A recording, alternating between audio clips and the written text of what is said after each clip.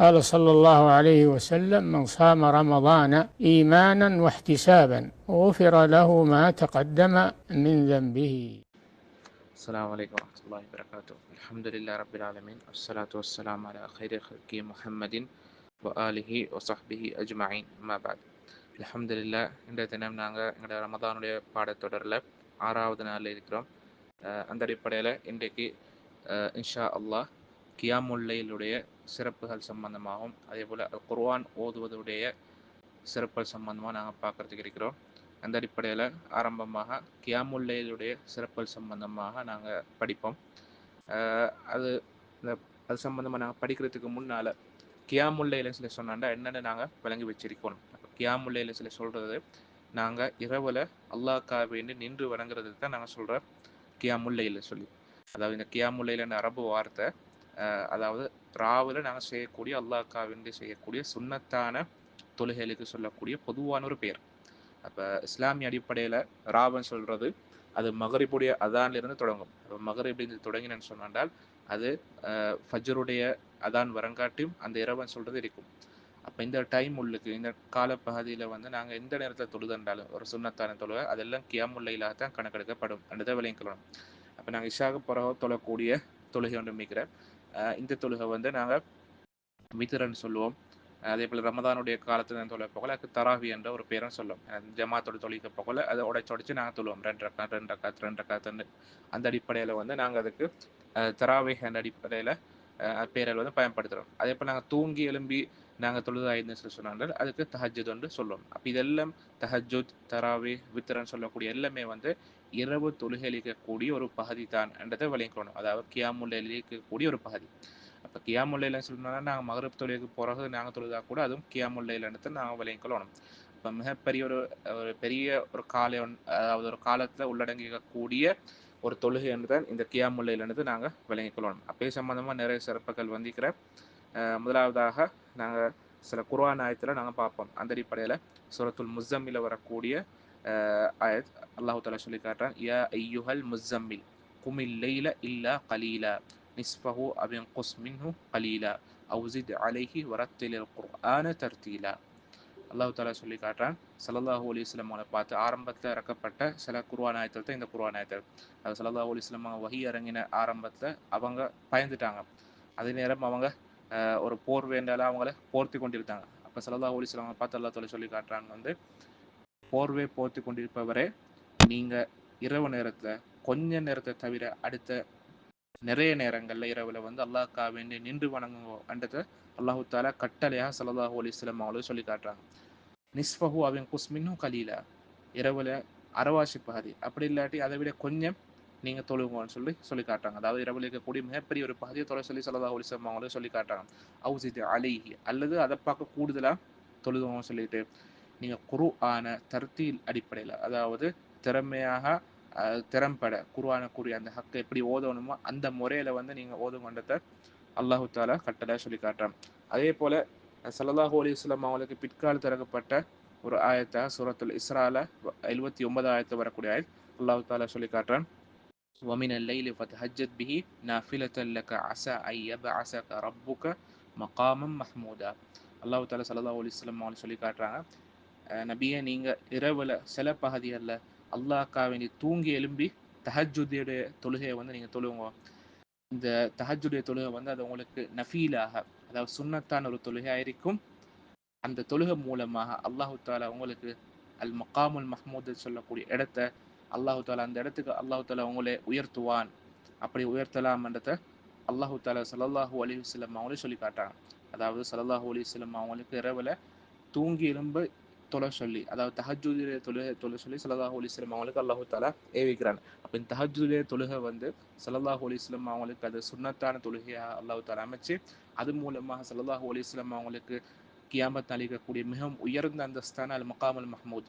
அப்போ சம்பந்தமாக ஹதீஸில் தெளிவாக வந்திருக்கிற ஸல்லல்லாஹு அலைஹி வஸல்லம் அவங்களுடைய ஷஃபாஅத்துல் உதுமா சொல்லக்கூடியது அல்லது அஷ்ஷஃபாஅத்துல் குப்ரான்னு சொல்லக்கூடிய மிகப்பெரிய பரிந்துரைகள், அதாவது நபிமார்கள் எல்லாருக்குமே அதாவது செய்ய இயலாத ஸல்லல்லாஹு அலைஹி வஸல்லம் அவங்களுக்கு மட்டும் செய்ய இயலுமா இருக்கக்கூடிய ஒரு ஸ்பெஷலான குறிப்பான ஒரு பரிந்துரை தான் அல் மகாமுல் மஹமூது சொல்லக்கூடிய மிகப்பெரிய பரிந்துரை.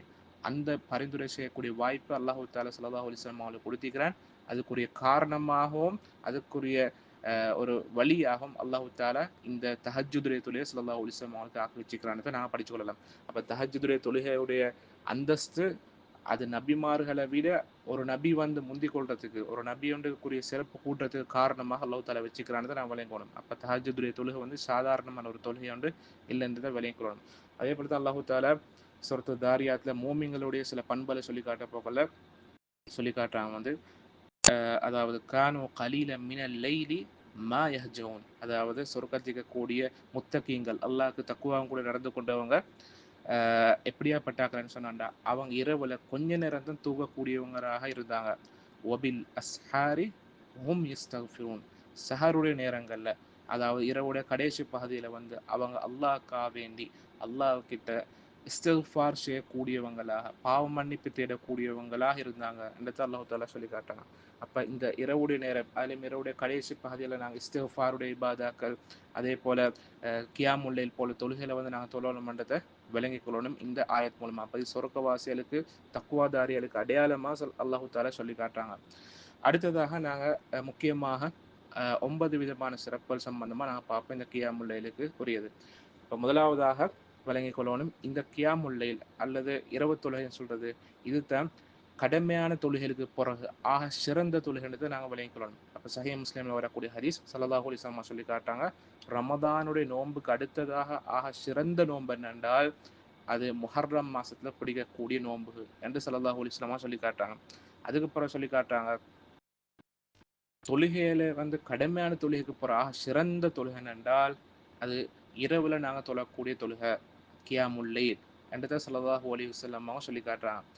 அப்போ இது நாங்கள் விளங்கிக்கொள்ளணும் சாதாரணமான ஒரு சிறப்பு இல்லை. அப்போ நாங்கள் தொழக்கூடிய 5 நேர தொழுகைக்கு அடுத்ததாக ஆக சிறந்த நன்மையுடைய தொழுகை என்றால் அது கியாமுல் லைல் என்று விளங்கிக்கொள்ளணும்.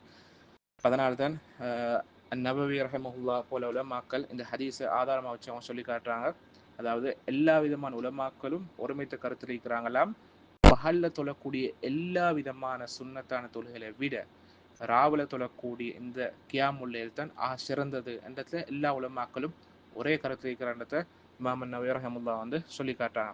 அதே நேரம் அதையும் தாண்டி இன்னும் சில உலமாக்கள், அதாவது அபு இஸ்ஹாக் அல் மர்வஸி ரஹிமஹுல்லா போல உலமாக்கள், நாங்கள் சாதாரணமாக எங்களுக்கு தெரியும், நாங்கள் ஒவ்வொரு தொழுகையில 5 நேர தொழுகைக்கு முன்பின் சுன்னத்து அளிக்கும். இந்த மாதிரி முன்பின் சுன்னத்துக்கு நாங்கள் ரவாத்திப்னு அரபில் சொல்லுவோம். இந்த ரவாத்திப்பான சுன்னத்தான தொழுகையில பார்க்க இரவுடைய தொழுகை சிறந்ததென்றும் சில உலமாக்கள் இந்த ஹதீஸ் ஆதாரமாக வச்சு சொல்லி காட்டுறாங்க. அப்போ அவ்வளவு பாரதூரமான, அதாவது மிகவும் சிறப்புக்குரிய நிறைய பரக்கத் பொருந்திய ஒரு தொழுகையை வந்து இந்த இரவு தொழுகை வந்து எங்களுக்கு ஹதீஸ் மூலமா படிச்சு கொள்ளலாம்.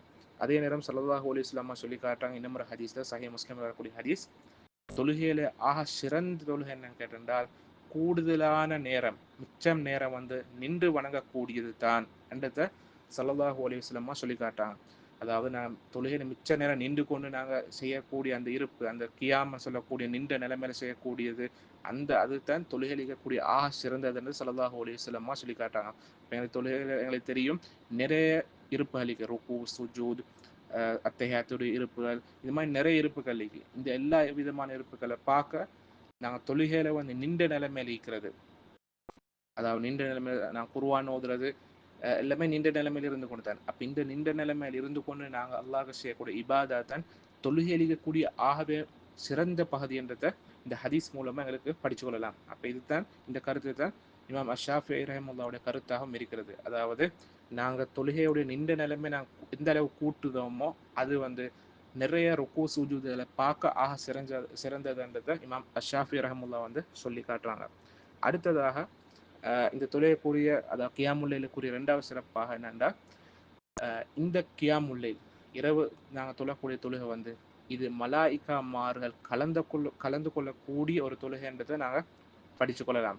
அதான் சஹீஹ் முஸ்லிம்ல வரக்கூடிய ஹதீஸ் ஸல்லல்லாஹு அலைஹி வஸல்லம் சொல்லி காட்டுறாங்க, யாராவது ஒருத்தர் இரவுல கடைசி பகுதியில் வந்து அவர் எழும்ப மாட்டாரு, கடைசி பகுதியில் வந்து அவரை கியாமுல் லைல் தொழ கிடைக்காத அந்த ஒருத்தர் வந்து அதாவது பயப்பட்டு சொல்லி சொன்னால், அந்த மாதிரி ஒருத்தர் வந்து இரவுடைய ஆரம்ப பகுதியில் வந்து அவர் வித்திரு தொழுது கொள்ளட்டும், அதாவது தூங்கத்துக்கு முன்னால வந்து அவர் வித்திரு தொழுது கொள்ளட்டும்.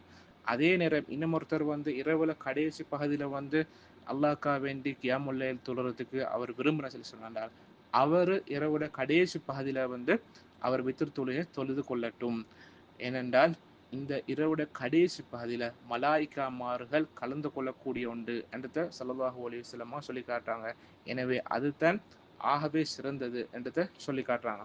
இந்த ஹதீஸ் மூலமா நாங்கள் விளையும் கொள்ளலும் இரவுல அதுலேயும் குறிப்பாக கடைசி பகுதி எடுத்துக்கொண்டு சொல்லி சொன்னாங்க மலாய்க்காமார்கள் கலந்து கொள்ளக்கூடிய ஒரு தொழுகையாக இருக்கிறது விளையும் கொள்ளும். அப்போ ஆக சிறப்புக்குரிய ஒரு தொழுகை மலாய்க்காமாரை கலந்து கொண்டு சொன்னா சாதாரணமான விஷயம் இல்லை. அப்போ மலாய்க்காமாருடைய அவங்களுடைய துஆ அவங்களுடைய அந்த அவங்க சூழ்ந்து கொள்வது மூலமா எங்களுக்கு கிடைக்கக்கூடிய இந்த ரஹ்மத்து பரக்கத்தை சொல்றது வந்து அது இருக்கக்கூடிய ஒரு தொழுகைன்னு தான் இந்த இரவு தொழுகைன்னு நாங்கள் இந்த ஹதீஸ் மூலமா படிச்சு கொள்ளலாம்.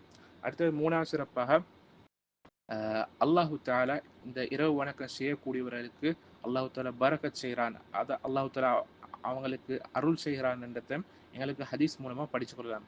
அப்போ முன்தஹப் அப்திபின் ஹுமைத் என்ற கிரந்தத்தில் பதிவு செய்யப்பட்ட ஆதாரப்பூர்வமான ஹதீஸ் ஸல்லல்லாஹு அலைஹி வஸல்லம் அவங்க யாராவது ஒருத்தருக்கு வந்து கூடுதலாக துவா செய்யணும் என்றால், யாராவது ஒரு மனுஷனுக்கு கூடுதலாக துவா செய்யணும் சொன்னா அவங்க சில வாசகங்கள் பயன்படுத்துவாங்க.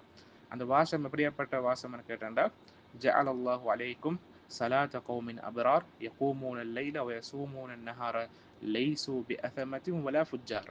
அதாவது எந்த ஒரு பாவிகளும் இல்லாத எந்த ஒரு கெட்டவங்களும் இல்லாத இரவுல அல்லாஹ்க்காவேண்டி தொழக்கூடியவங்களான, அதே போல பகல்ல அல்லாஹ்க்காவின் நோன்பு பிடிக்கக்கூடிய நல்ல மனிதர்கள், நல்ல கூட்டம், இந்த மாதிரி கூட்டத்துடைய துஆ இவங்களுடைய இவங்க கேட்கக்கூடிய துஆ உங்களுக்கு அல்லாஹு தாலா தரட்டும் என்று ஸல்லல்லாஹு அலைஹி வஸல்லம் அவங்க ஒருத்தர் கூடுதலாக துஆ கேட்க போன சொல்லி சொன்னாண்டா அந்த மாதிரிக்கு இந்த மாதிரி ஒரு வாசம் வந்து பயன்படுத்துவாங்க.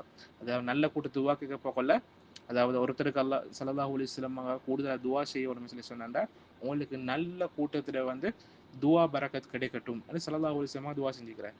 அப்ப நல்ல கூட்டத்துல துஆ பரக்கத் கிடைக்கும்னு சொல்லி போட்டுட்டு அந்த நல்ல கூட்டத்துல எப்படியாப்பட்டவங்க என்றதையும் ஸல்லல்லாஹு அலைஹி வஸல்லம் வழங்கப்படுத்திக்கிறார். இப்ப நல்ல கூட்டத்துல அடையாளமாக ஸல்லல்லாஹு அலைஹி வஸல்லம் சொல்லி காட்டிக்கிற அவங்க இரவுல நின்று வணங்குவாங்க, அதே போல பகல்ல நோன்பு பிடிப்பாங்க, பாவம் செய்யக்கூடியவர்களும் இல்லவங்க, அதே நேரம் கெட்டவங்களும் இல்லைன்றது ஸல்லல்லாஹு அலைஹி வஸல்லம் சொல்லி காட்டுறாங்க. அப்ப இரவு தொழக்கூடிய ஒருத்தர் அவர் பாவியம் இல்லை கெட்டவங்களும் இல்லைன்னு சொல்றதுக்கு ஸல்லல்லாஹு அலைஹி வஸல்லம் ஒரு அடையாளமா சொல்லி காட்டிக்கிறார். அப்ப யாரு இரவு தொழுகை மட்டும் இல்லை ஏன இபாதாக்களும் அடுத்தடுத்த அமல் இபாதாக்கள் இல்மருடைய விஷயத்துல ஒழுங்காயிக்கிறாங்களோ அவங்க பாவிகள் இல்லைன்றதுக்கு ஒரு அடையாளமாக ஸல்லல்லாஹு அலைஹி வஸல்லம் அவங்க சொல்லி காட்டிக்கிறாங்க. அதே நேரம் நாலாவது சிறப்பு என்ன கேட்டா ஸல்லல்லாஹு அலைஹி வஸல்லம் அவங்க ஒரு கணவர் தனது மனைவியை வந்து இரவு தொழுகைக்காக எழுப்பாட்டுன்னு சொன்னாண்டால், அப்படி இல்லாட்டி ஒரு மனைவி தனது கணவரை வந்து இரவு தொழுகைக்காக எழுப்பாட்ட சொல்லி சொன்னாண்டால் அந்த மாதிரி ஒரு நஃபர் இருக்கு, அந்த மாதிரி ஒரு கணவர், அந்த மாதிரி ஒரு மனைவி இருக்கு ஸல்லல்லாஹு அலைஹி வஸல்லம் அவங்க துஆ செஞ்சுக்கிறாங்க. அப்ப சுனன் அபீ தாவூத் பதிவு செய்யப்பட்ட ஹதீஸ் ஸல்லல்லாஹு அலைஹி வஸல்லம் சொல்லி காட்டுறாங்க வந்து அல்லாஹு தஆலா அதாவது துஆ செய்யறாங்க. அதாவது ஸல்லல்லாஹு அலைஹி வஸல்லம் அவங்க ஒரு மனிதருக்கு எப்படியாப்பட்ட மனிதர்னு சொல்லி சொன்னாண்டா அந்த மனிதர் இரவுல வந்து அல்லாஹ்க்காக வேண்டி நின்று வணங்குவாரு, அப்படி தொழுவாரு. அதே நேரம் அவருடைய மனைவியை எழுப்பாட்டுவாரு. அந்த மனைவி வந்து எலும்பாமிக்கிற சொல்லி சொன்னாண்டா அந்த மனைவியுடைய முகத்துல வந்து தண்ணியை வந்து தெளிப்பாரு. அப்ப இப்படியான ஒரு கணவர் ஒன்றுக்கு, இப்படியான ஒரு மனுஷர் ஒன்றுக்கு அல்லாஹு தஆலா ரஹ்மத் செய்யட்டும், அல்லாஹு தாலாவுடைய அருள் அல்லாஹ்வுடைய கருணை வந்து கிடைக்கட்டும் என்று ஸல்லல்லாஹு அலைஹி வஸல்லம் துஆ செஞ்சுக்கிறார். சாதாரணமா நாங்கள் விளையக்கணும் ஸல்லல்லாஹு அலைஹி வஸல்லம் ஒருத்தர் துஆ செஞ்சுன்னா அது கட்டாயமா கபூலாக விளையக்கணும். ஸல்லல்லாஹு நபிமாருடைய துஆக்கள் வந்து நிராகரிக்கப்பட்டல. அப்ப ஸல்லல்லாஹு அலைஹி வஸல்லம் அவங்களால துஆ செய்யப்பட்டவர் தான் ஒரு மனிதர் அவர் இரவுல எழும்பி அவர் கியாமுல் லைல் தொழுது தாண்ட மனைவியும் வந்து எழுப்பாட்டின்னு சொல்லி சொன்னாண்டார். அதே நேரம் தாண்ட மன எழுப்பாட்ட இல்லாத தண்ணீசரை தெளிச்சு எழுப்பாட்டி தொலை வைக்கிறேன்னு சொல்லி சொன்னாண்டா அப்படியாப்பட்ட ஒரு மனிதருக்கு ஸல்லல்லாஹு அலைஹி வஸல்லம் அவங்க துஆ செஞ்சுக்கிறாங்க. அதே போல தான் ஒரு பெண் ஒன்று ராவுல எழும்பி அவ கியாமுல் லைல் தொழுது அதே நேரம் தனது கணவரை வந்து எழுப்பாட்டினு சொன்னாண்டார். அதே நேரம் கணவர் எலும்பாமிக்கிற சொன்னார், கணவருடைய முகத்துல வந்து நீரை தெளிச்சு தண்ணீரை தெளிச்சு எழுப்பாட்டினு சொன்னாண்டா இப்படியாப்பட்ட மனைவிக்கும் ஸல்லல்லாஹு அலைஹி வஸல்லம் அவங்க துஆ செஞ்சுக்கிறாங்க. அப்ப எவ்வளவு ஒரு பெரிய பாக்கம், அதாவது பாக்கியம், அதாவது ஒரு கணவர் ஒன்றுக்கும் மனைவிக்கும் ஸல்லல்லாஹு அலைஹி வஸல்லம் இப்படி துஆ செஞ்சுக்கிறது மூலமா கிடைச்சிக்கிறத எங்களுக்கு படிச்சு கொள்ளலாம். அப்ப இந்த மாதிரி ஸல்லல்லாஹு அலைஹி வஸல்லம் துஆ பரக்கத் கிடைக்கக்கூடிய ஒரு வாய்ப்பு இந்த கியாமுல் லைலத்தை இந்த ஹதீஸ் மூலமா படிச்சு கொள்ளலாம்.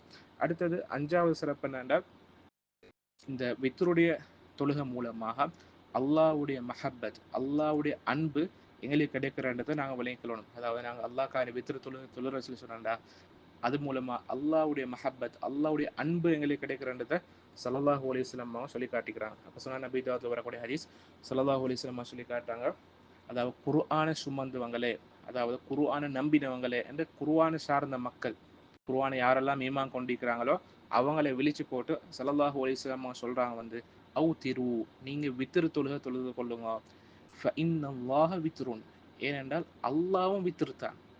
அப்ப அல்லாஹ்க்கு ஒரு பேராகவும் அல்லாஹ்க்கு ஒரு பண்பாகவும் இருக்கக்கூடிய ஒன்று தான் வித்ரன் சொல்லி சொல்றது.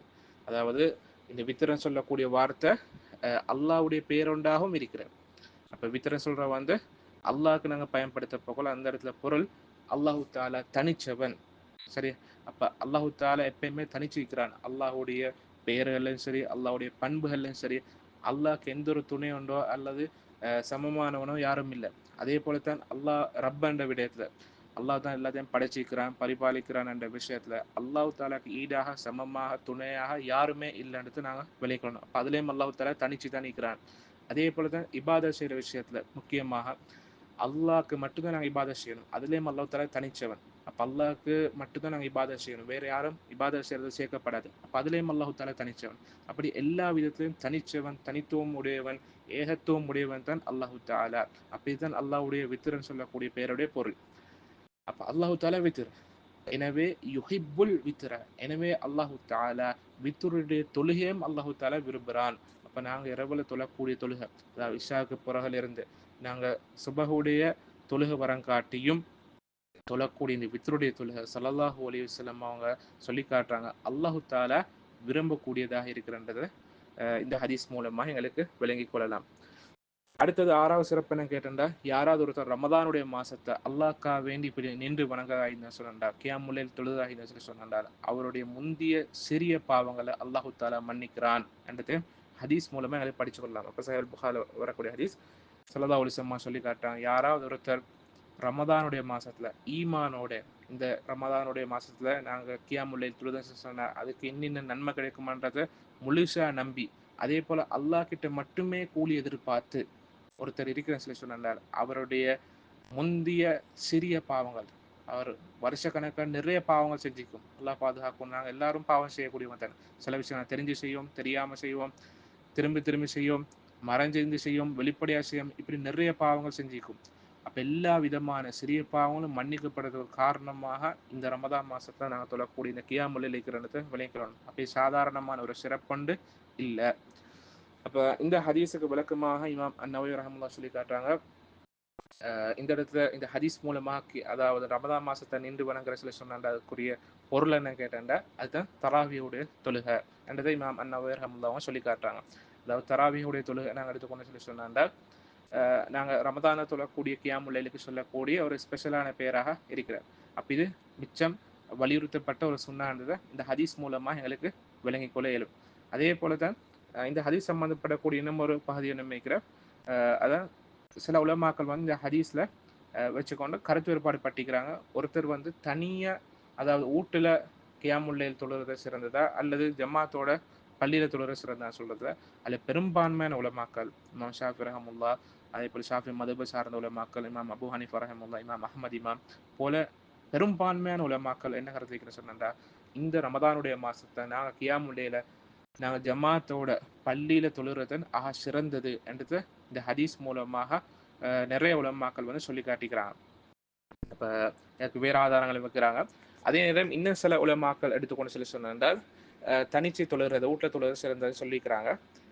அதாவது அதுக்கு சில ஆதாரங்களை வந்து முன்வைக்கிறாங்க. முக்கியமாக அதாவது அதாவது மாலிகி மதுஹப் சார்ந்த உலமாக்கள் போல சொல்லி காட்டுறாங்க வந்து, ஒரு மனுஷன் வந்து கடமை இல்லாத தொழுகை அவருடைய வீட்டில் தொழுகிறது தான் சிறந்தது என்று வரக்கூடிய பொதுவாக வரக்கூடிய ஹதீஸில் ஆதாரம் காட்டுறாங்க. ஆனாலும் ரமதானுடைய தொழுகை நாங்கள் ஸ்பெஷலாக எடுத்துக்கோ சொன்னோம், குறிப்பாக எடுத்துக்கோ சொன்னோம், ஏனைய சுன்னத்தான தொழுகள் போல இல்லை. அப்போ அந்த மாதிரி தொழுகைக்கு அதுக்கு குறிப்பான பிரத்யேகமான ஹதீஸில் வந்திக்கனால அது ஜமாத்தோட பள்ளியில தொழுகிறது சிறந்தது தான் விளங்கிக் கொள்ளணும். அதே நேரம் ஏழாவது சிறப்பாக எங்களை ஹதீஸ் மூலமா விளைய கொள்ளும் என்ன கேட்டா, யாரா ஒருத்தர் லைலத்துல் கத்ருடைய இரவுல அல்லாஹ்க்காக நின்று வணங்குறதா என்ன சொன்னா அவருடைய முந்திய சிறிய பாவங்கள் மன்னிக்கப்படும். அப்ப எப்படி நாங்க ரமதான்ல நாங்கள் கியாமுல் லைல் தொழுது சொல்லி சொன்னா பொதுவாகவே எங்களோட முந்திய பாவங்கள் மன்னிக்கப்படுவோம், அதே போல தான் லைலத்துல் கத்ருக்கும் ஸல்லல்லாஹு அலைஹி வஸல்லம் அவங்க குறிப்பா சொல்லி காட்டிக்கிறாங்க.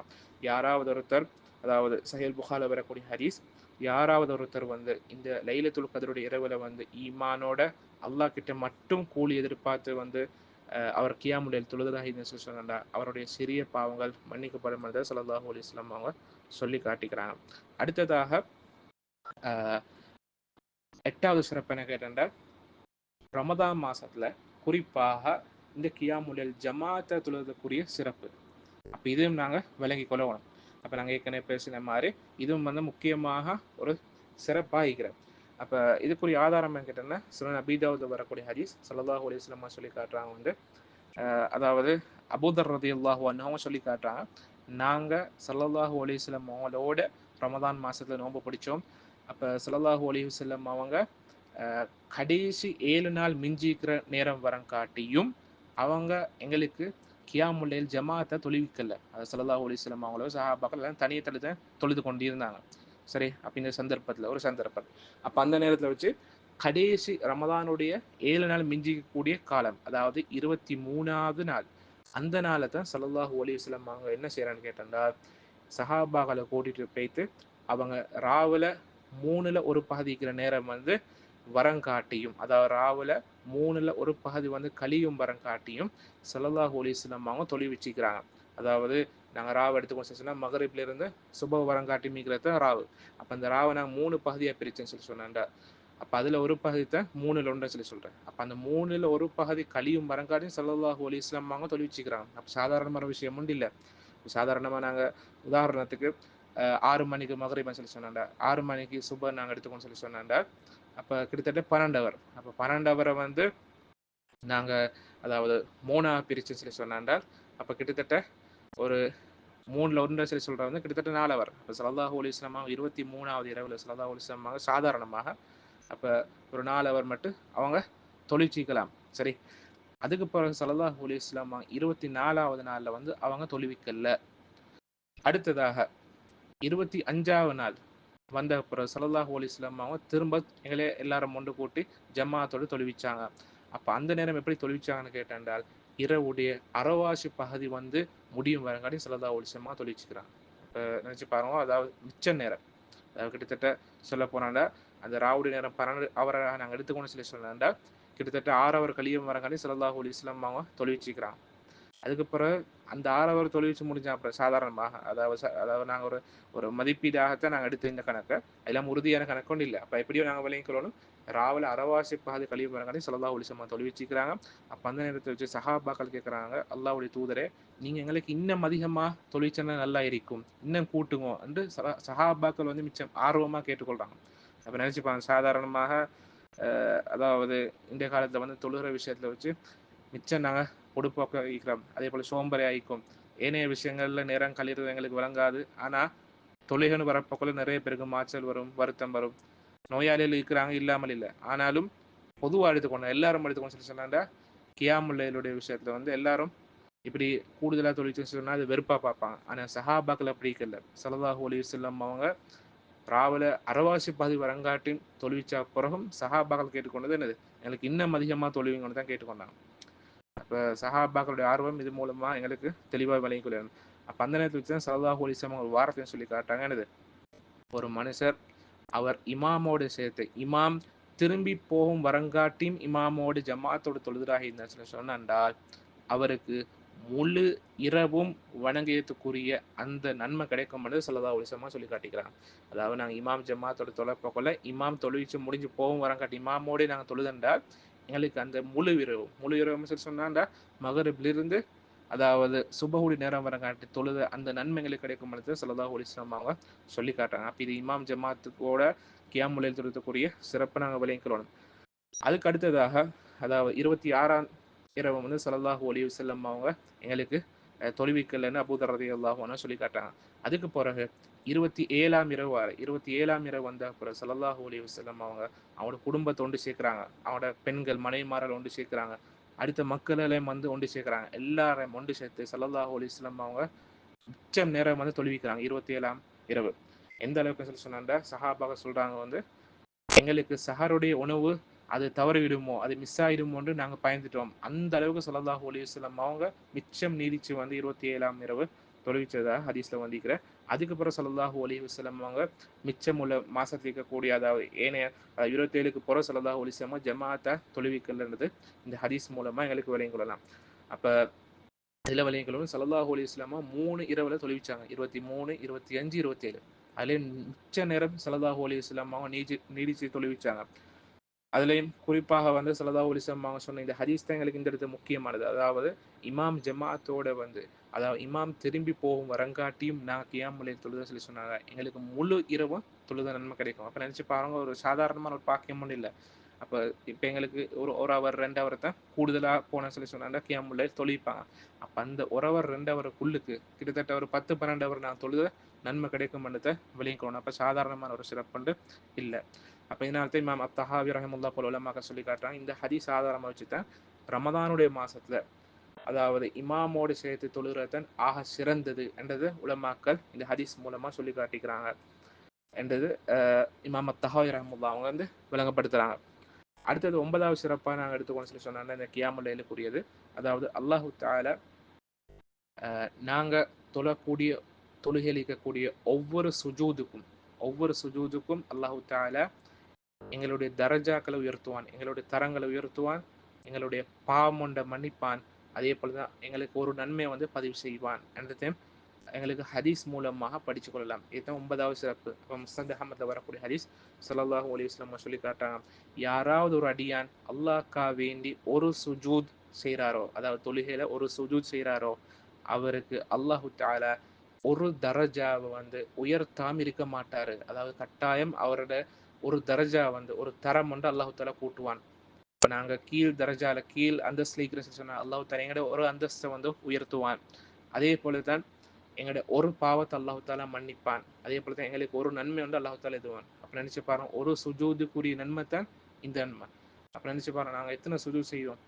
அப்போ ஒவ்வொரு சுஜூதுக்கும் இந்த நன்மைகளை தான் விளைவிக்கணும். அப்போ நாங்கள் இரவுல குறிப்பாக எடுத்துக்கொண்டு நாங்கள் எந்த அளவுக்கு அதிகமாக சுஜூத் செய்வோமோ அந்த அளவுக்கு இந்த மாதிரி சிறப்புகள் நிறைவேற்கிறத நாங்கள் விளைவிக்கணும். அதனால ஏழுமான மட்டுக்கும் நாங்கள் இரவுடைய நேரத்தில் வந்து மொத்தமாக இபாதாக்கல்ல சுஜூத்ல கழிக்கிறதுக்கு முயற்சி செய்யணும். அப்படியே தான் கியாமுல் லைல் சம்பந்தமான சுருக்கமான சிறப்புகள். அடுத்ததாக நாங்கள் அதாவது குர்ஆன் ஓதுறதுடைய சிறப்புகள் சம்பந்தமாக பார்ப்போம்.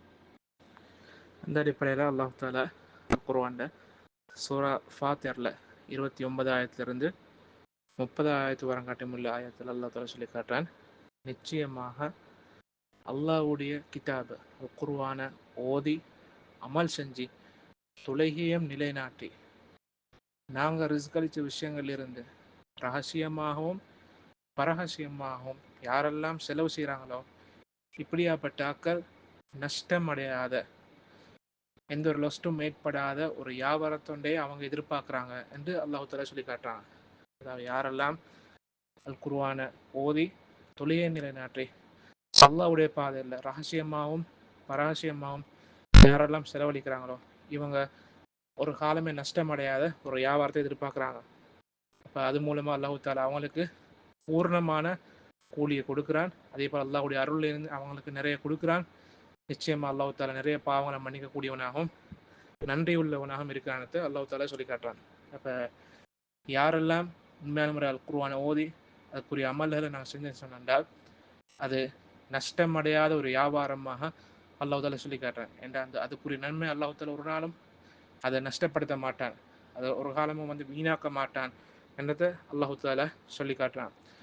அதனால தான் இமாம் இப்னுல் ஜௌசி ரஹ்மத்துல்லாஹ் வந்து அவங்களோட தப்சீரான கிதாபில் சொல்லி காட்டுறாங்க, குர்ஆன் ஓதுறது எடுத்துக்கொண்டால் இது எங்களோட உள்ளத்துக்கு கூடிய நோய்களை அது குணமாக்கும். அது எப்படி குணமாக்கும்னு கேட்டால், பெயின் எப்படி உடம்பளிக்க கூடிய நோய்களை குணமாக்குமோ அதே போல தான் இந்த அல் குர்ஆன் ஓதுறது என் உள்ளத்துக்கு கூடிய பல வகையான நோய்கள், சந்தேகமாய்க்கணும், சிக்கல்கள், வசுவாச, பலவிதமான தேவைக்கில்லாத எண்ணங்கள், கவலைகள், எல்லா விதமான உள்ளங்களோட நோய்களையும் அல் குர்ஆன் ஓதுறது மூலமாக அல்லாஹ் தஆலா குணமாக்குவான்றத இமாம் அவங்க சொல்லி காட்டுறாங்க.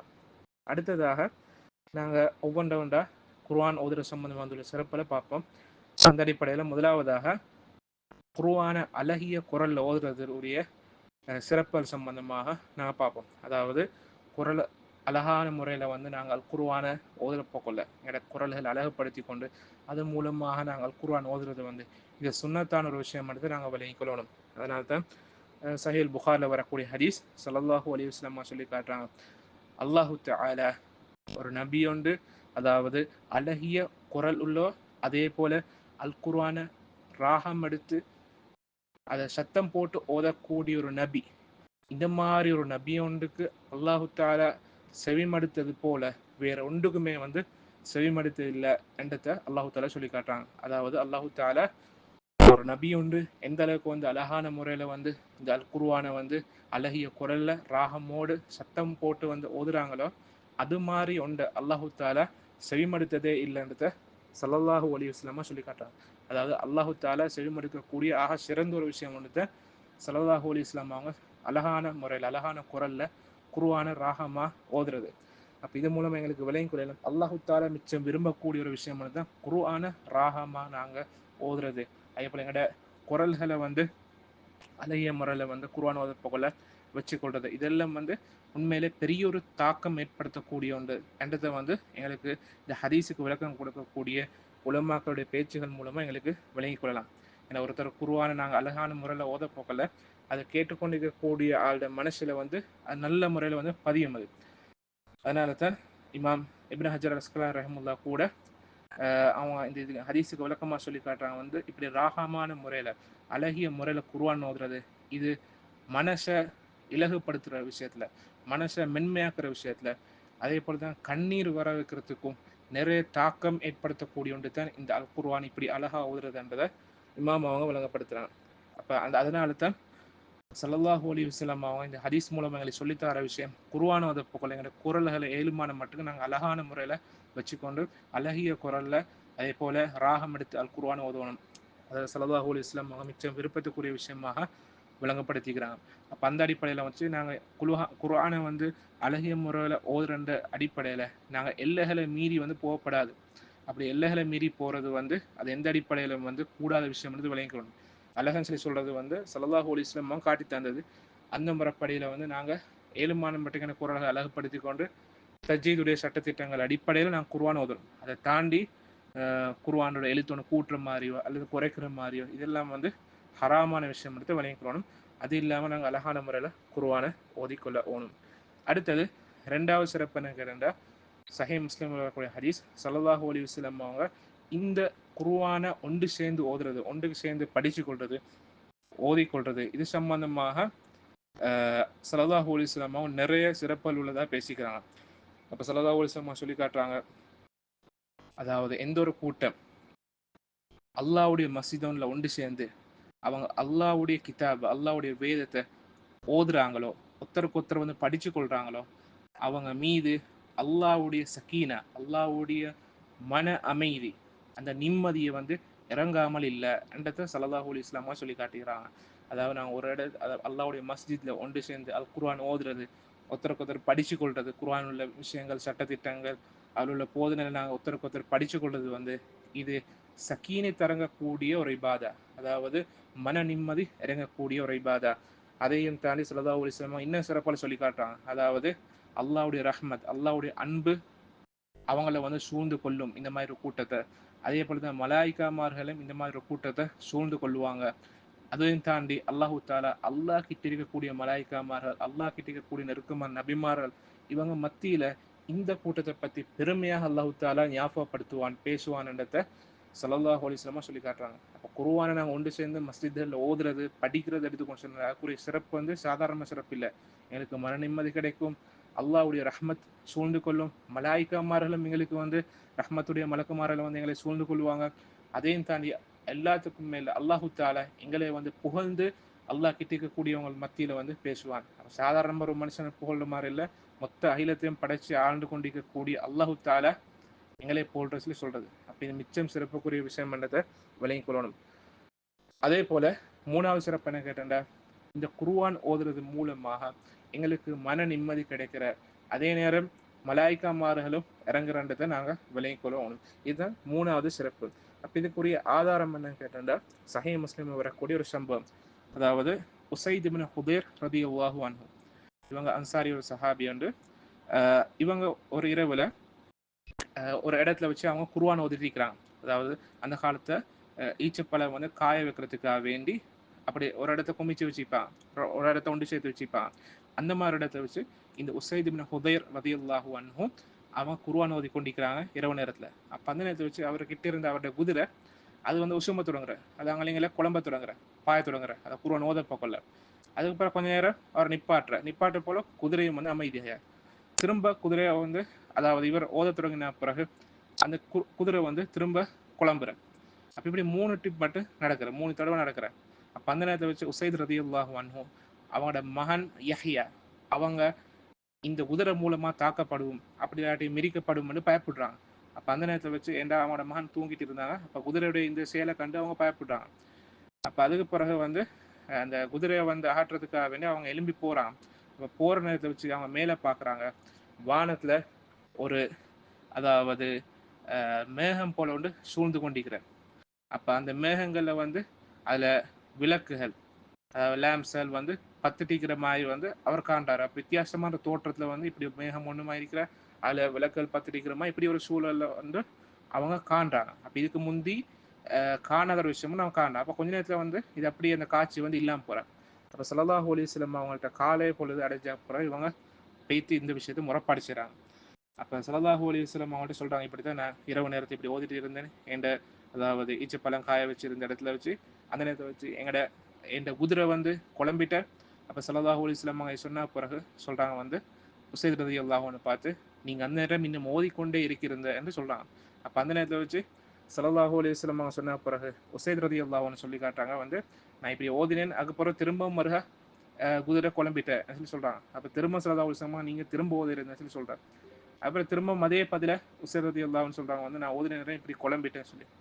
அப்போ இப்படி சொன்னாங்க பிறகு ஸல்லல்லாஹு அலைஹி வஸல்லம் அவங்கள்ட்ட கடைசி அவங்க அதாவது அந்த அவர் சஹாபி சொல்லி காட்டுறாங்க வந்து, இப்படி நடந்தனால தான், அதாவது குதிரை குழம்பினால என் மகனுக்கு ஏதாவது பிரச்சனை நடக்கும்னு பயந்து தான் நான் ஓதுறது நிப்பாட்டினேன் சொன்னேன். பிறகு அதுக்கு பிறகு நான் வந்து அந்த குதிரை ஆற்றத்துக்கான போன நேரம் தான் இப்படி ஒரு அதாவது வானத்துல ஒரு மேகம் போல ஒன்று கண்ட, அதுல விளக்குகள் எல்லாம் பத்துட்டு இருந்தது கண்ட என்றது ஸல்லல்லாஹு அலைஹி வஸல்லம் சொன்னாங்க. பிறகு ஸல்லல்லாஹு அலைஹி வஸல்லம் சொல்லி காட்டுறாங்க, நீங்க கண்டது தான் மலாய்க்காமார்கள். வேற சில ரிவாயத்துகளை வர நீங்க கண்டது வந்து இது அல்லாஹ்வால உருவாக்கப்பட்ட இது சக்கீனத், அதாவது மன நிம்மதி கிடைக்கக்கூடிய ஒன்று, அதோட உருவம் ஒன்று தான் இது என்றது வேற ஹதீஸ்ல வந்திக்கிறேன். அப்போ மலாய்க்காமார்கள் அதோடு சேர்த்து மன நிம்மதி கிடைக்கக்கூடிய சக்கீனத் திறங்கக்கூடிய ஒன்று தான் நீங்க கண்டிறீங்க. அப்ப இந்த மலாய்க்காமார்கள் நீங்க ஓதுறத கேட்டுக்கொண்டிருந்தாங்க.